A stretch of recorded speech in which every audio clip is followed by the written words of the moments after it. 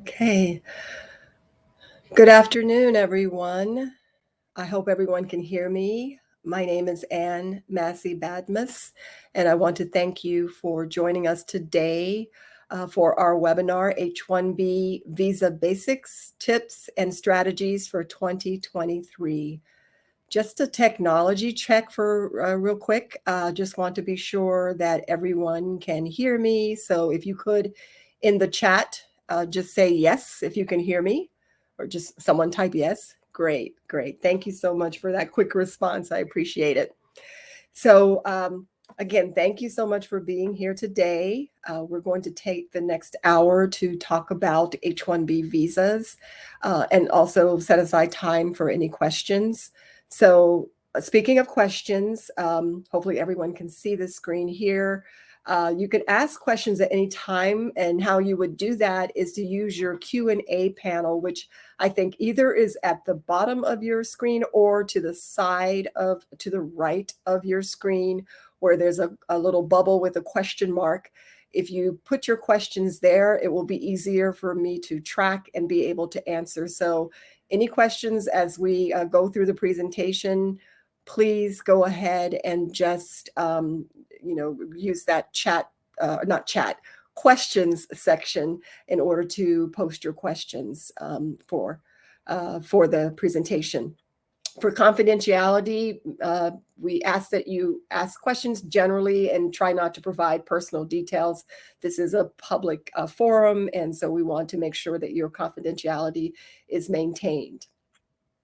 Okay, so just a little bit about our firm, Badmus Associates. We have worked with thousands of clients since 1993, helping with legal immigration status through various processes. As part of our recognition, we have been recognized as best lawyers in the Dallas area, as well as best lawyers nationwide for immigration, and one of the best law firms in the Dallas area for immigration as well. So as we go through this presentation, we want to be sure that you get as much information as you need, but please note that this is an informational presentation. It is not legal advice, because everyone's situation is different and unique. And so we want to be sure that you understand that the information here may or may not apply to your situation. If you have specific assistance that you need to be sure that you have qualified assistance, please feel free to contact one of our immigration attorneys or another qualified professional. So, as I mentioned, we're going to talk about H-1B basics, and some of this may be very basic for some, others it might be new information. So, but hopefully each of you will get some knowledge today that will be useful to you. So for H-1B visas, basically, to qualify for an H-1B visa, you must be hired for a job or hiring someone for a job that requires at least a minimum of a bachelor's degree or equivalent in a specific field. And we'll talk more about that later in the presentation, because it is a very important part of the H-1B qualification to prove that the job itself is in a specialty occupation, meaning minimum a bachelor's degree is required for entry into that field. And of course, the H-1B or proposed H-1B employee must actually hold the required degree or qualifications at the time that the H-1B petition is filed. Another key requirement for the H-1B basic or H-1B visa is an employer-employee relationship. So this is what we call sponsored application, meaning that an employer is the sponsor of the H-1B and is actually the applicant for the H-1B visa. And it is an employer requirement. So the employee must be what we call a W-2 employee, being paid directly as an employee and not an independent contractor. So no 1099 tax relationship between the employer and the employee. Also, the H-1B employee must only work with the H-1B employer that sponsors him or her. So no outside employment can be done by the H-1B employee unless they also have another H-1B approval with another employer. So you can have more than one H-1B employer as long as each employer has applied for and been approved to hire you in the H-1B capacity. H-1B visas are good for up to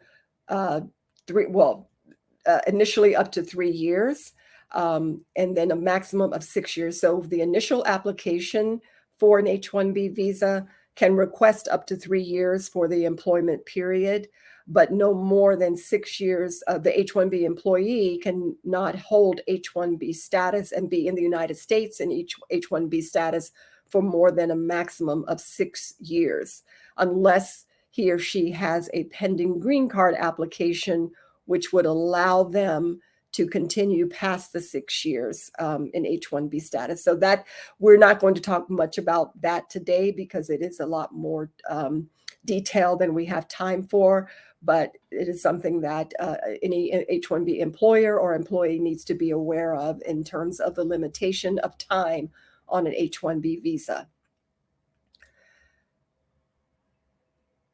So another H-1B important fact is that an employer must pay the actual or prevailing wage and the same benefits to the employee as they would any other employee of the company with the same type of job or occupation.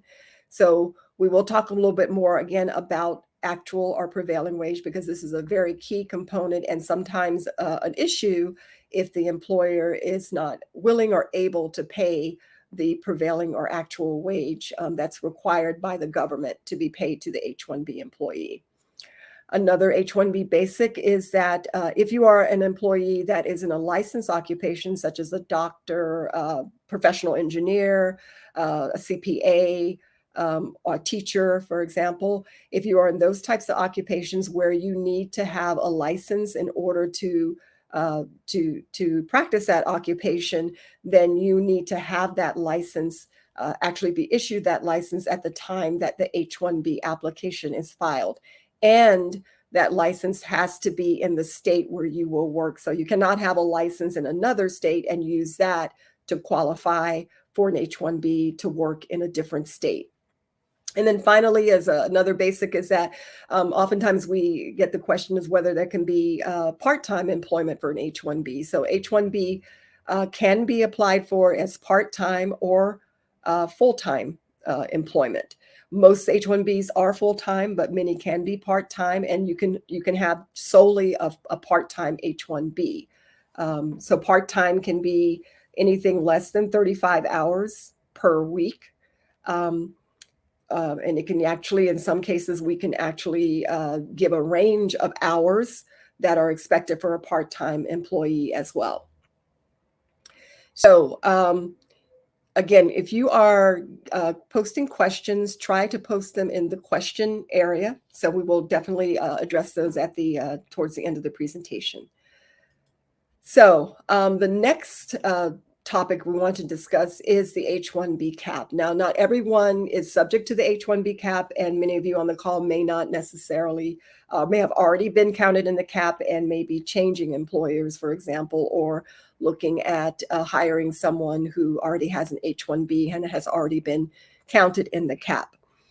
So the H-1B numerical limitations, there is a limit on new H-1B employees every fiscal year, which for the government runs from October to September of each year. So the new fiscal year for the government will start in October 2023 to September 2024. So now we are looking at currently the 2024 fiscal year cap that many people are thinking of applying for coming up in March. And we'll talk more in detail in a minute about that. But the H-1B numerical limitations, the H-1B cap as we call it, applies to, again, new H-1B employees.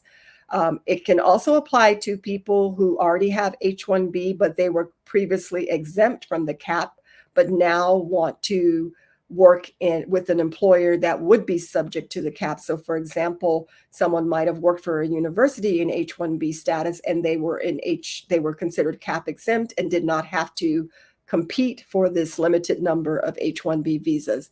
But now if they want to work with a private employer or private employment, they would be subject to the cap, and therefore, even though they already have an H-1B, they would have to apply, or their potential employer would have to apply to register and hopefully get one of the H-1B cap visas that are available.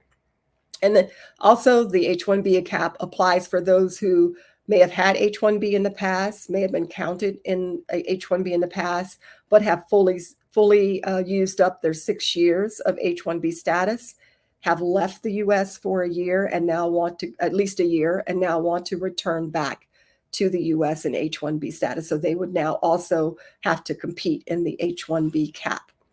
So the H-1B cap consists of regular cap, meaning bachelor's degree or higher. Meaning at least a bachelor's degree. If someone is applying for the regular cap, then they only hold a bachelor's degree, or they do not have a U.S. master's degree. So 65,000 new H-1B visas are available each fiscal year for those in the bachelor's degree cap. If you have a master's degree or higher from a U.S. college or university, then you are also eligible, or could be applied, or could be applying for the master's cap. Now, keep in mind, not all master's degrees in the U.S. will be counted or permitted to qualify for the master's cap. You have to have a master's degree from one of the accredited U.S. universities that are considered nonprofit. So that many of the for-profit universities would not qualify for this. So it is important to determine whether your university even qualifies within this criteria as well. Okay. So let's talk a little bit about what happened last fiscal year, September 2020. Last year, 2022. In March of last year, there were about 483,000 or over 483,000 registrants for the limited number of H-1B visas and the H-1B cap, as I mentioned. And out of those, over 127,000 were selected. Now, that is more than the 85,000 that are available. The USCIS typically oversubscribes and selects more than are available, because many people end up not applying, or they don't qualify. The H-1B visa is not approved. So they kind of buffer for that so that they don't underrepresent or don't lose any of those slots because they did not choose enough people.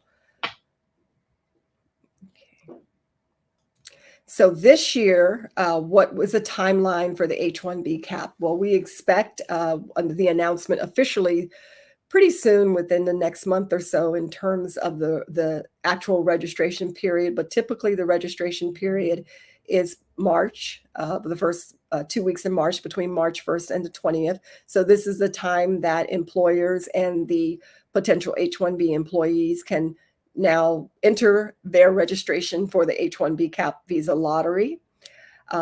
After the registration period is completed, then the USCIS starts to randomly select the registrations. And by the end of March, they should have selected all that they plan to select. And then on April 1st, or even on March 31st in some cases, and potentially, they will notify the employers of the selection through the electronic registration platform. If your H-1B registration is selected, then the employer and, of course, the employee must submit their application by the end of June, within 90 days of selection, which ends up being the June 30th. Of course, it's important to prepare the application and the full application well before that, but definitely you have a deadline of June 30th if you want to submit your registration. If it does not reach the government by June 30th, then it will not be considered. And then if the application is approved in a timely manner by the government, the earliest starting date for an H-1B CAP visa would be October 1st.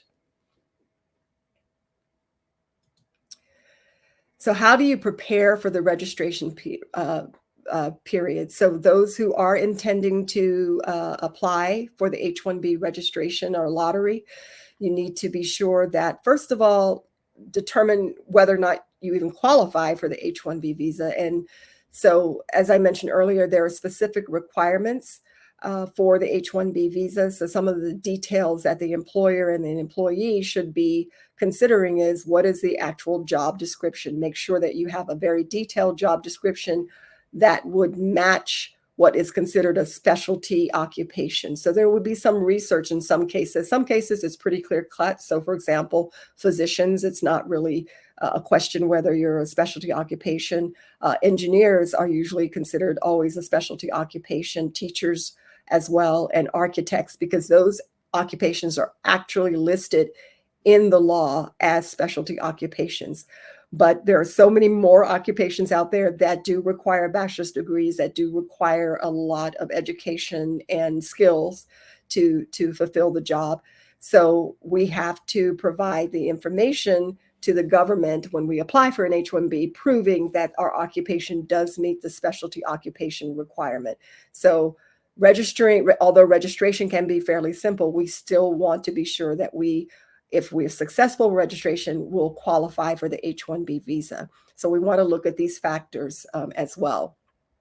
Prevailing wage, what is the prevailing wage? What is the ability of the employer to pay that wage, or whether the employer is willing to pay that wage, and where are the job locations? All those things need to be determined before registering for the H-1B visa. Then administratively, everyone should start gathering information. The employers should start making sure that they have the correct name of the company, the tax ID of the company, the EIN, who is the authorized representative, the mailing address. And sometimes it may be pretty straightforward for an organization that has just one entity, is small, and basically, only has one company, only one tax ID number. But there are other companies that have a more complicated structure in terms of how they operate their companies. So we want to be sure that you are using the correct company to apply for the H-1B visa. You also want to gather the employee's information. Make sure you have a full name, country of birth, the passport, and provide and double check those things. Gather the documents, gather the passport, I-94, any immigration documents, just to also be sure that there's not going to be any status issues with ultimately if the H-1B CAP. If you are selected in the H-1B CAP, you don't want a situation where there might be an issue of whether or not there's been maintenance of immigration status or proper maintenance of immigration status. So you want to check those as well. And then finally, gather all of the information about education for the employee to determine whether they qualify for the master's degree CAP, or even if they would have the actual required degree by the time the filing of the application. So for example, if you are an F1 student and you are still in your program, you have not yet graduated, but you will graduate by June, then you could qualify for the H-1B CAP registration. But if you're not going to graduate by June, then you probably would not qualify. So we want to be sure that we have all of the educational information to know that this will be a good chance of successfully getting the H-1B if selected. So that is briefly what I'll talk about. But regardless of whether you are applying for the H-1B H-1B CAP or not, I do want to talk about H-1Bs in general as to what we need to do in order to be sure that you have a successful H-1B process. Before talking about that, we want to talk a little bit about H-1B CAP exemptions. As I mentioned earlier, when we talked about the H-1B CAP registration period, there are some H-1B employees that would not be subject to this limited number of H-1B visas each year. And these are what we call cap exempt, either employers or cap exempt employees. Excuse me. So I have a little bit of cold, so I'm just going to take a little bit of lozenge here. So if we talk about H-1B cap exemptions, as we see on this slide, we have employment by a college or university. A qualifying college or university typically is cap exempt. If you are employed by a nonprofit organization which has a teaching affiliation with a college or university, you can be cap exempt. Let me stop for just 1 second, please.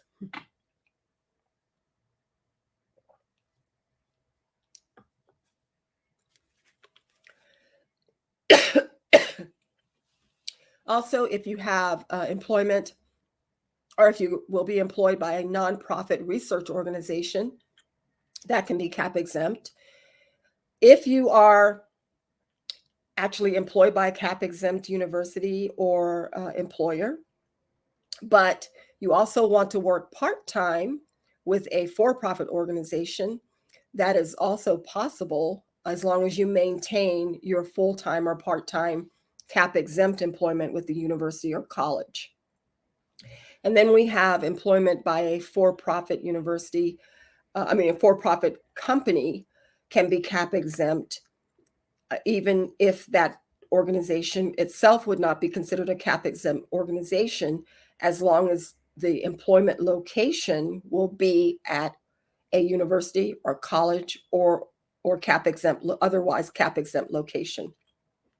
And then finally, J1 physicians who receive a government-sponsored J1 waiver are always cap exempt, regardless of the type of employment or employer that they ultimately are sponsored by. So if you are considering or need a cap exempt employer or employment, these are the types of evidence that is necessary in order to qualify for cap exemption. If you're going to work with a higher education organization directly, like a university, then they need to be a public or nonprofit and state authorized university. So similar to the master's cap limitation that I mentioned, a university that is a for-profit university would not qualify for a cap exemption. It can be the program can also be a 2-year program towards a degree, and you also have to have proof that the higher education organization is accredited or eligible for accreditation. If you're going to work with a nonprofit organization that in itself is not an educational institution, but let's say they have an agreement with a local college that will provide clinical training to, or some kind of training to local college students, then that organization can also be cap exempt. And so the proof of that would be having a 501c3 exemption to prove the nonprofit status of the organization, and then proof of the clinical or the training agreements with the local college, and usually a supporting letter from the local university as well, confirming that this organization has that kind of arrangement with it. And then the third party employment, as I mentioned earlier, is where you are going to work for a private organization, but you'll be working on a college campus, or you'll be working at a nonprofit organization, hospital, for example, that has that teaching affiliation. Then again, you will also need to have information about that work location, proving that the location is either higher education or it's a nonprofit affiliated organization, and supporting information about that as well.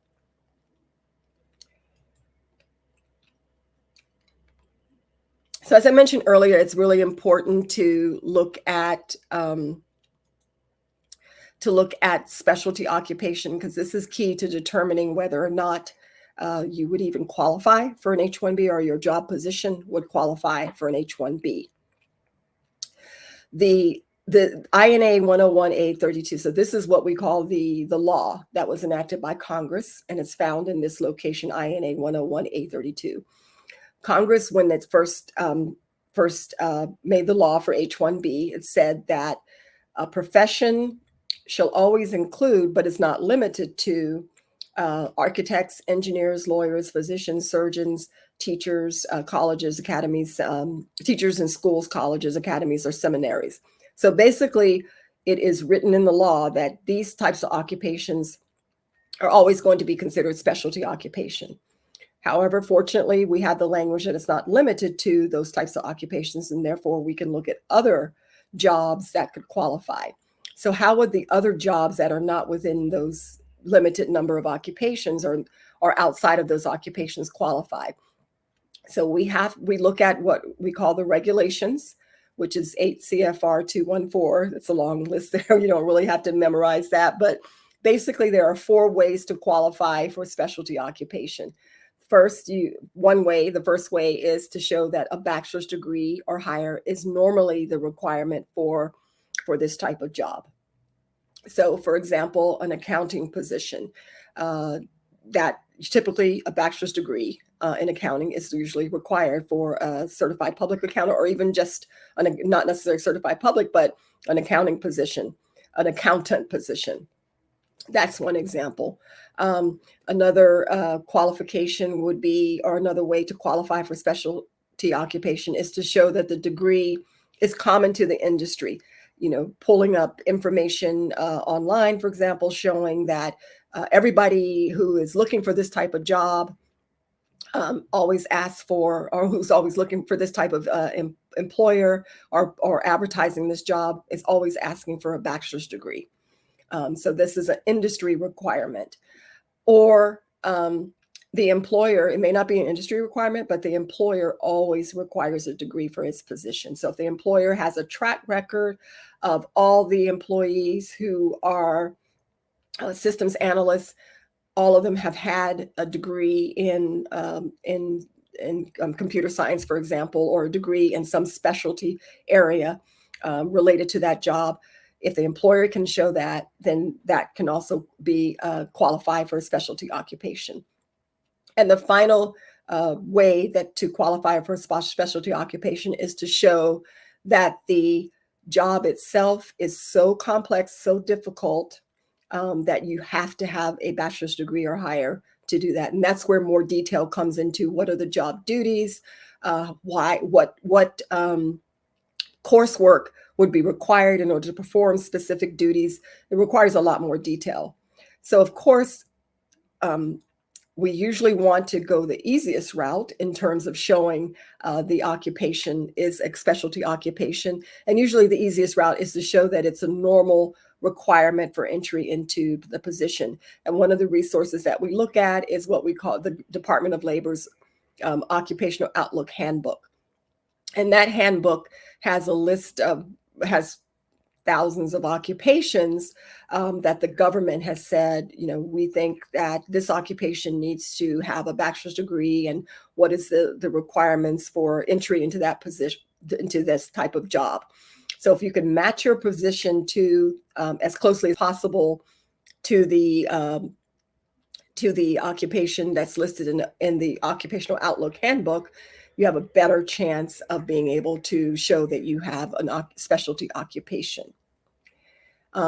So we've had many court decisions about this because the government and many times has been not very consistent on its treatment of specialty occupations. And so oftentimes they've been sued because, they were just plain wrong.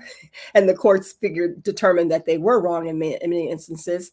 And really what the courts have said in general is that it's not necessarily the title of the degree. So, if the title of your degree does not exactly match the Occupational Outlook Handbook, that doesn't necessarily mean that you don't qualify for the degree or that the degree is not important to that occupation.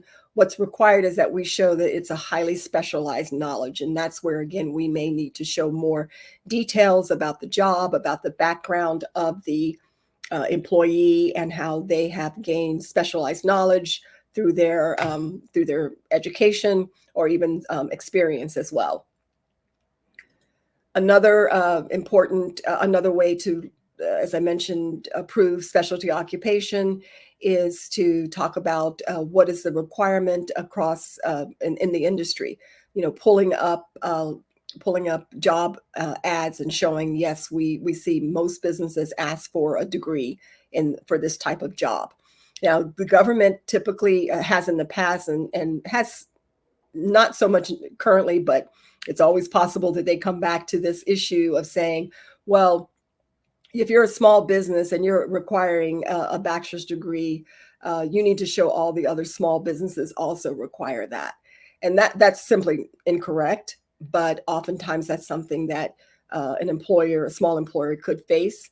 But the rule actually is it's if a job is professional, it doesn't matter the size of the company. It basically requires that a degree.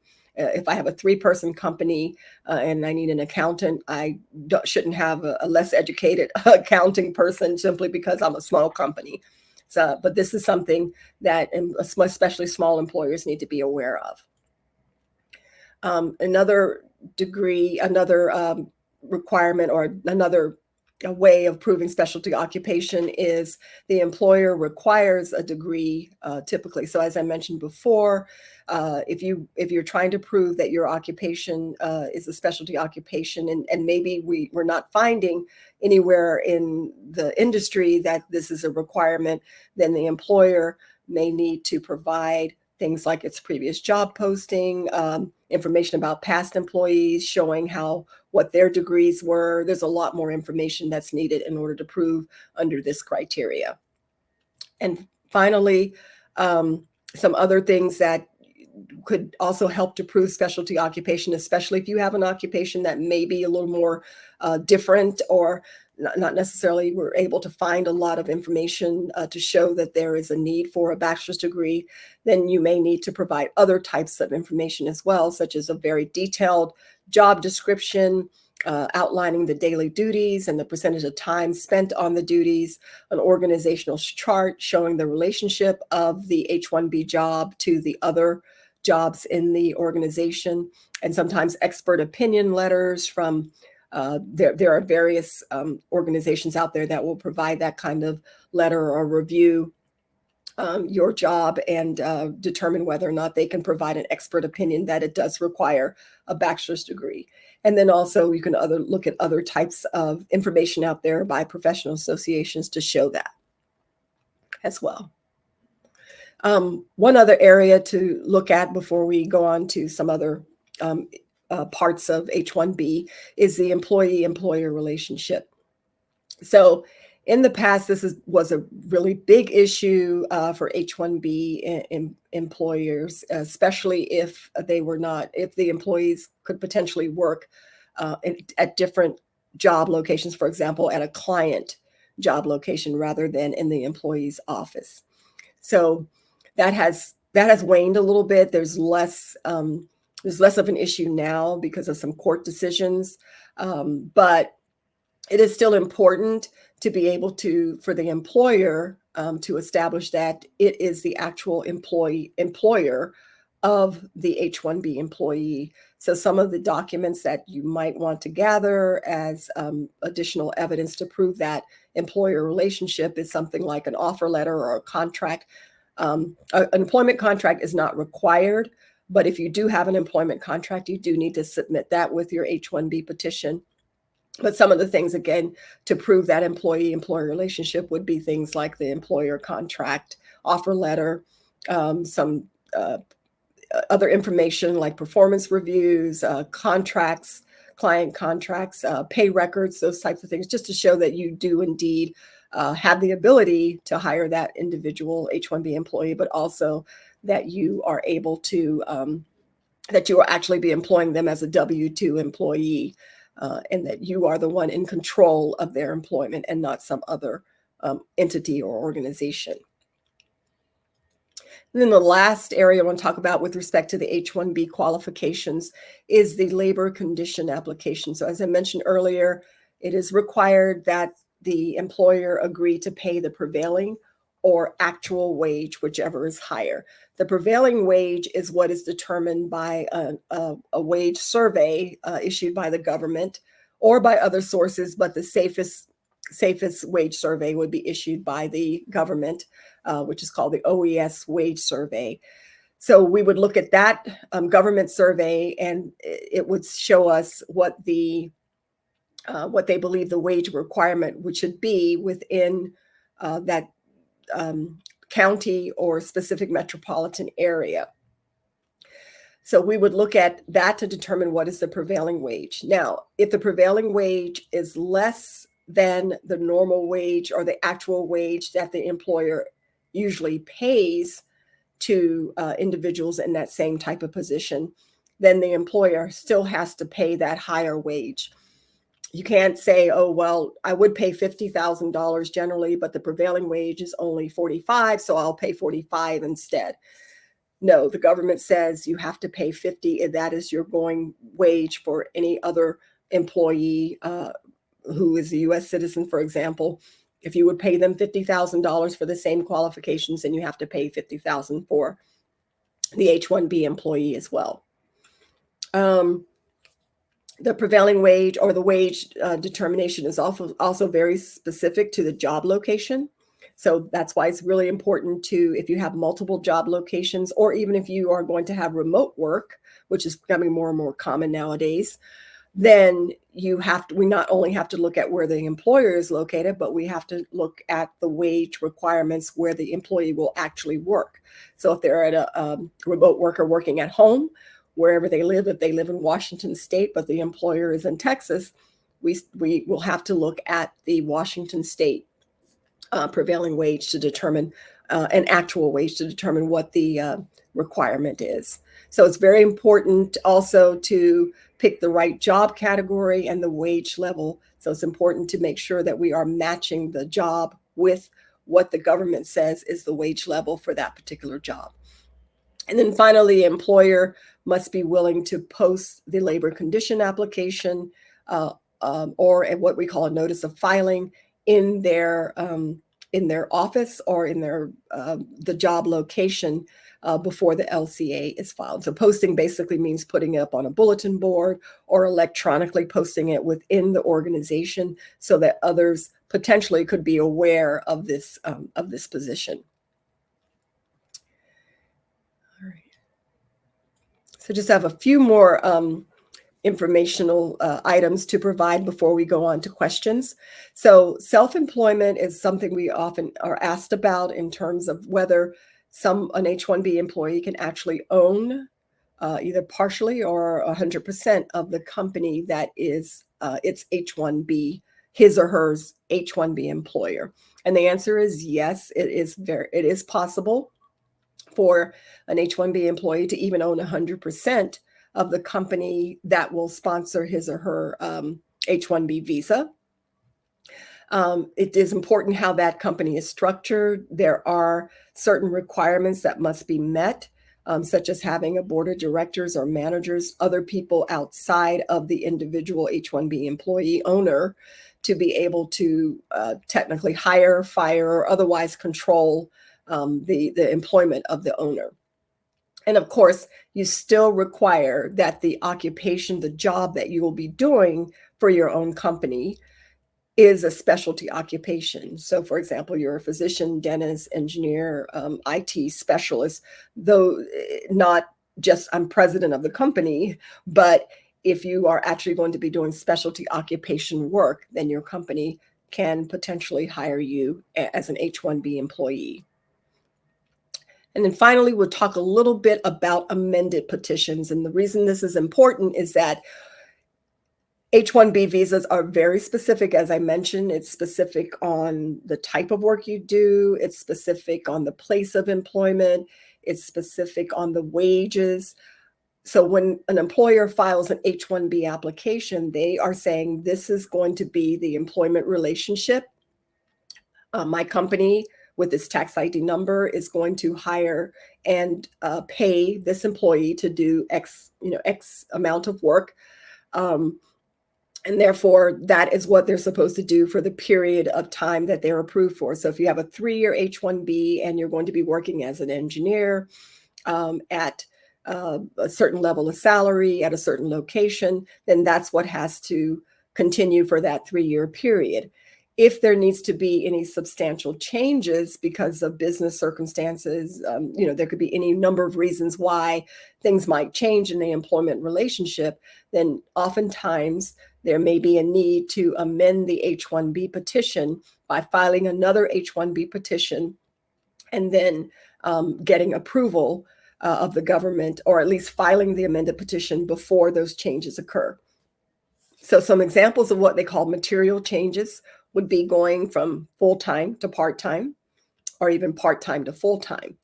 That's a material change, and if it's not approved in the original petition, then an amended petition may be necessary. There may be changes in duties from one specialty to another. So if the job has changed substantially from the job that was originally proposed in the H-1B petition, then you may need to amend the petition. If there is a change of place of employment, where maybe it's outside of the city or the county that was originally proposed in, or the original place of employment, then you may need to do a new LCA, and you will need to do a new LCA and an amended petition before the change occurs. So those are some examples of reasons for amending petitions. In particular, it's really been something that we've seen a lot more of because of the way people move the employer's location, or the employee goes to work and remotely somewhere else. All those things are very important to consider if there's going to be those types of changes, and oftentimes a new amended petition is necessary, and a new LCA is necessary. So what's key to remembering that is that the government says if there's going to be a change in the place of employment, we want to look at the area of intended employment. If that change of employment is within normal commuting distance from the place of employment, then it's probably unlikely to require any kind of change of amended petition. So it's a very complicated requirement. So if there is at any time after you receive an H-1B approval, those types of changes where you could potentially are moving your home away, potentially if you're moving your place of employment, then it's important to consult with an attorney to be sure that you are following the requirements to get that petition amended. Sometimes amended petitions are not required. So as I mentioned, if you're still in the same area of employment, you don't need to amend a petition. If you're going to work in some place for a very short term, less than 60 days, for example, maybe you're on a short temporary assignment in a different state, then you may not need to file an amended petition. And then if you are going to work, or you're basically visiting client sites as a salesperson, for example, or as a doctor, you're going to different hospitals because of visiting patients, that sort of thing, you don't need to amend the petition for that reason. Finally, we just talk a little bit about fees.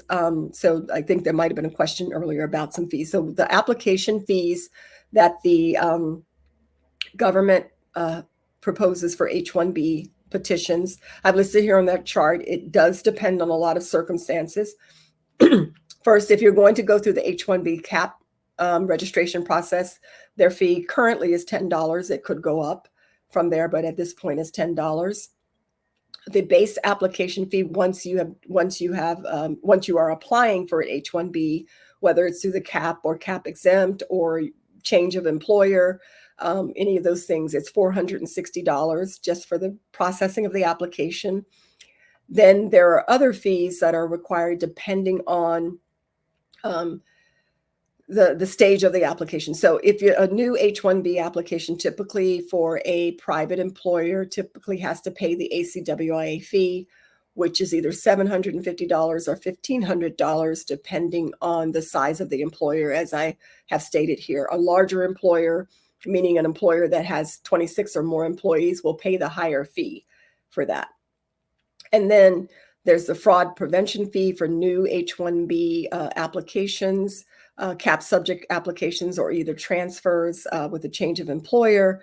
Those are, this fee is also required, and it's $500. If you are working with an employer, or if you are an employer that has 50 or more employees and over half of your staff has H-1B or L-1 visa status, then there's a $4,000 fee in addition to that. And then there is finally the optional premium processing fee in order to get 15-day guaranteed processing of the H-1B visa process. Okay, so now we will address questions. If you have not had an opportunity to put your questions in, please go ahead and do so, and make sure you put it in the questions section. Right now I have 9 questions that are showing up in the panel that is the question mark panel. So if you did not put your question in the question mark panel, please remove or move that question or add that question to the question and answer panel. Okay, so I will start. I think this is in chronological order, I guess.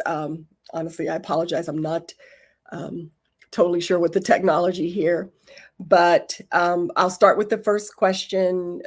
I'm going to stay here. Oh my gosh, it's moving. Okay, so the first question I see is there a required minimum salary for the petition? So yes, there is required. So that's where the discussion of prevailing wage came in. So if you have every H-1B petition requires the payment of the minimum of the prevailing wage or actual wage, and it depends on the occupation. So that's where we have to look at the government's wage survey. We also have to look at what the employer is typically paying for that occupation. If the employer is paying less, typically less than what the government says is the minimum wage or the prevailing wage, then the employer will have to raise that wage offer to at least the minimum prevailing wage. So yes, the answer is yes to that, and it just really is on a case-by-case basis as to what the actual amounts are. Okay, so the next question is how to find the prevailing wage for a specific job title in a city or area. So that's where you would go to the FLC. Now let me see. I think I can write this in here. I think I'm going to see how that works. Okay, I don't think I can write it in here, unfortunately. Let me just see if I can put it into the chat, and that might work. Okay, so what you can do is basically go to, let me just pull that out. Oh, the FLC Data Center, which is by the Department of Labor. And there is an online wage library. And it is based on, I'm going to put that in the chat, and hopefully everyone will be able to see that. So that's the website. And it's based on a couple of things. Of course, the occupation itself. Secondly, the location, usually the county and the state. And then what level, there's 4 levels of wages that are usually found on that survey. And it's levels 1 through 4, and it depends on the level of experience and education that's required. So all those things have to be considered on a case-by-case basis. Okay, so next we have, will this webinar be recorded? Yes, it will be recorded. It is recorded, and it will be sent to you immediately after the webinar. Thank you. Next question, if an H-1B can be part-time, can the H-1B holder then decide to have another employment with the rest of their time? And the answer to that is yes, you can. You can have more than one H-1B employer as long as each employer has filed and received approval of their petition. So you can have 2 part-time H-1Bs. Some people have 1 full-time and 1 part-time. So as long as it makes sense that you can work, that many hours per week or per month, then you can have more than one. Or you can have more than 1 part-time H-1B. Okay, next question. Can foreign MDs be considered for the master's cap? So that's a good question. So the answer is no, it cannot be. They cannot be considered for the master's cap unless you actually obtained your MD from a U.S. university, qualifying university. So your foreign equivalent MD would not be considered to be a master's cap qualifying MD. A residency or training program in the U.S. does not qualify as a master's degree or qualify for the master's degree cap as well. Next question.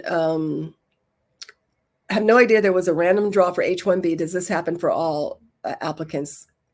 What are the chances that my application doesn't get selected? So it doesn't happen for all applicants. There are some exempt applicants that I mentioned earlier. So the random draw or the H-1B cap is typical for most new H-1B applicants. But for example, if you are a J-1 physician and you get a J-1 waiver from a state or federal government sponsorship, then you are not subject to the cap. You will get an H-1B. The government has made a policy of making sure that those doctors who have agreed to work in underserved areas are not having to compete with this type of limited number of H-1Bs. So that is so that kind of situation would be exempted from the H-1B cap. Also, as I mentioned earlier, if you are working with an organization that in themselves have been determined to be cap exempt, university, qualifying university or college, nonprofit with a teaching affiliation, a government research organization, if you are, or if you're working for a for-profit company, but you'll be working at one of those nonprofit cap exempt organizations, then you will also not have to be in the random draw.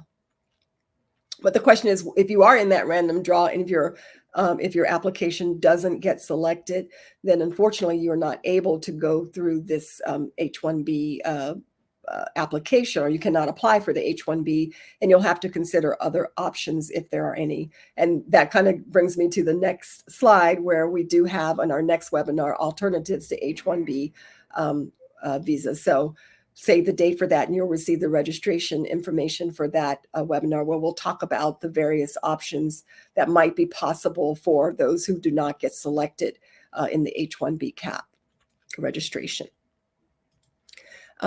Next question, let's see. How much does it cost for an employer to apply for the H-1B? So we did, I think we discussed that on the previous slide. So just go back to that for a quick minute. So you can see it depends on the size of the employer. So these are the application fees. If they use, of course, an immigration attorney, then there will be additional fees on top of these application fees. Generally, I think most employers will end up probably, depending on their size, again, it could be about $5,000 or more for an H-1B petition. Again, but it just depends. These fees are fixed. The attorney's fees can vary. So I do not have all of the other attorney's fees information. But if you're interested in what our fees are, please contact us directly for that. Thank you. Okay, next question. Can you differentiate between regular and counselor H-1B? So I'm not sure what the counselor H-1B is. If you could maybe provide a clarification on that, and I'll come back to your answer, to your question. Thank you. When do the results for H-1B come out? So that generally will probably be out in April. So if you register in March, the first couple of weeks in March, the results typically come out in April or by April 1st, and they will be electronically submitted. So whoever has registered will receive a notification that they were selected. Oftentimes, if you don't see that you were selected, then that means you were not selected. They do not usually give any other kind of indication other than selected. Until later. At some point, they might later say, okay, we're all done with the selections. And so if you did not get selected, you were not included in that cap. Next question, how can we get slides with this information? So you will get a recording. If you're interested in the slides, we can send you that as well. Just send us an email. When you get the email with the recording, just reply back or email me directly for a copy of the slides. Next question, how do they choose a percentage from each specialty, or is it totally random? So referring to the H-1B cap, it's a random selection. As far as we know, there's not been any indication that there is any kind of selection based on, at least at this point, they are in the future maybe choosing from not necessarily a specialty, but choosing from higher education to someone with a PhD or a master's might get some priority, but right now that is not the case. It's supposed to be totally random as far as we understand.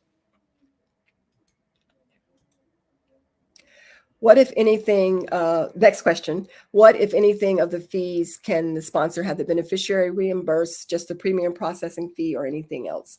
So Department of Labor is the agency that pretty much determines how much or what's the required as far as employers' cost of sponsoring of H-1B. And it is said pretty clearly that they consider H-1B cost, including attorney's fees and application fees, or majority of the application fees, as a business expense to be paid by the employer. So reimbursement, premium processing fee, if it's something that the employee wants, if the employee wants premium processing, then he or she can reimburse the employer or pay that premium processing fee directly themselves. But in most cases, the fees are not reimbursable. Next question, does H-1B extension apply to H-1B cap? If so, are the process and required documents the same as registration and new LCA? So if you are already counted in the H-1B cap, or like, for example, if you received your H-1B 3 years ago under that cap, and now you want to extend your H-1B either with the same employer or a different employer, then you do not need to register for the cap. So there is no cap registration for those types of extensions. But the process in itself is pretty much the same as far as the requirements. The application, most of the fees are the same as an initial H-1B application. So when you extend or renew an H-1B, you will end up paying about the same and completing the same completing an LCA and H-1B petition forms, providing proof of the specialty occupation. All those things have to be submitted again. Next question, can I change to employer B after H-1B gets picked up by employer A? So I think the question is whether or not the you get chosen H-1B cap and you want to change to employer B. Now, it's possible if employer A first applies for your H-1B, and then once that happens, you can request a change of employer. But you can't, let's say you get, your registration is selected by employer A. Well, you can't go to employer B and say, use my registration. That registration is specific to employer A. It is not specific to you. Okay. So I don't know what that is. Next question. Okay. Is there a requirement, a minimum education in IT of 4 years? So a bachelor's degree is considered a 4-year college degree in the US. So if you have a degree from another country that is considered a bachelor's, but it's only 3 years of education, or 3 years, to complete the education, then that would not be considered a bachelor's degree for purposes of the H-1B. So you would have to either show additional education that would be equivalent to a 4-year college degree in the US, or additional experience, usually at least 3 years for each year of education that you're missing. So for example, if you have a 3-year degree, but you're missing 1 year of education according to our system, then you would need 3 years of experience to make up for that, so that your degree is equivalent, or your background is equivalent to a bachelor's degree. So yes, a bachelor's degree is the minimum requirement. It can be either shown by education, 4-year education, or in some cases where people might not have a degree, but they have 12 years of experience. If they can get an educational credential company to say that that 12 years experience is an equivalent to a degree, then they could also qualify for H-1B. And that's in IT or any field. So I know the question was specific to IT, but it's any field, including IT. Yes, the question is in the meeting recorded, is recorded, so you will receive the information via email. Okay. All right, we have a few more minutes. I want to make sure I get all the questions. We had quite a few, but I think we can answer all of them. Okay, so next question, can I apply for the green card while still on the H-1B program? Yes, you can. You can apply for the green card while having an H-1B. In fact, there is really no restriction on applying for a green card in any particular visa status. There are restrictions in certain procedures, but that, on a case-by-case basis, but definitely someone who's on an H-1B visa can also apply for a green card if they qualify. Next, can multiple employers file visa lottery for the same H-1B visa applicant? So that is a good question. I know there's going to be probably some more details coming out about that, but yes, it is employer specific, so there can be multiple employers, but I think the USCIS might be coming out with some direction on that in the near future.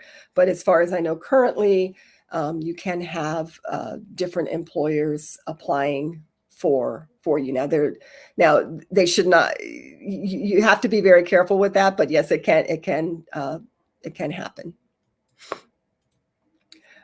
Do MD, PhD candidates get a higher ground regards to obtaining H-1B or green card? It's I don't necessarily know if there's a higher ground. I mean, it depends on the qualifications, depends on the job itself and the basis for getting the green card. So there's a lot of variables for that. But there's no specific rule right now giving PhD candidates a higher ground.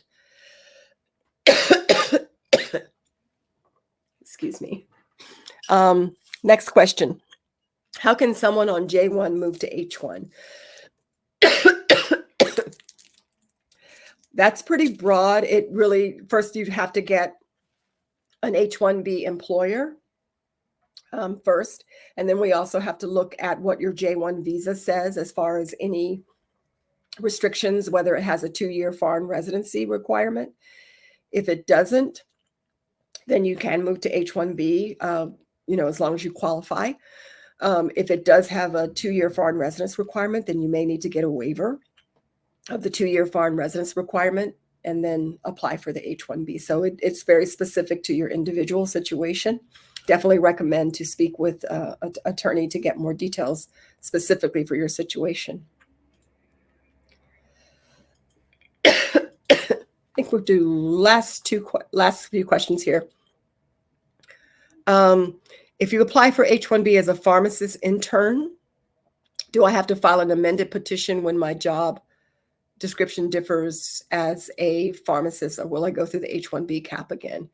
Well, you shouldn't have to go through the cap, but you really would need to provide that job description to the attorney who has helped you with the H-1B, just to clarify, to be sure. So it's possible that it could be considered a different occupation or requiring another amended petition.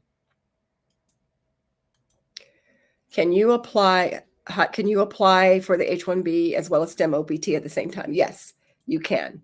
In fact, it's probably recommended, especially if you have not actually received the H-1B cap selection.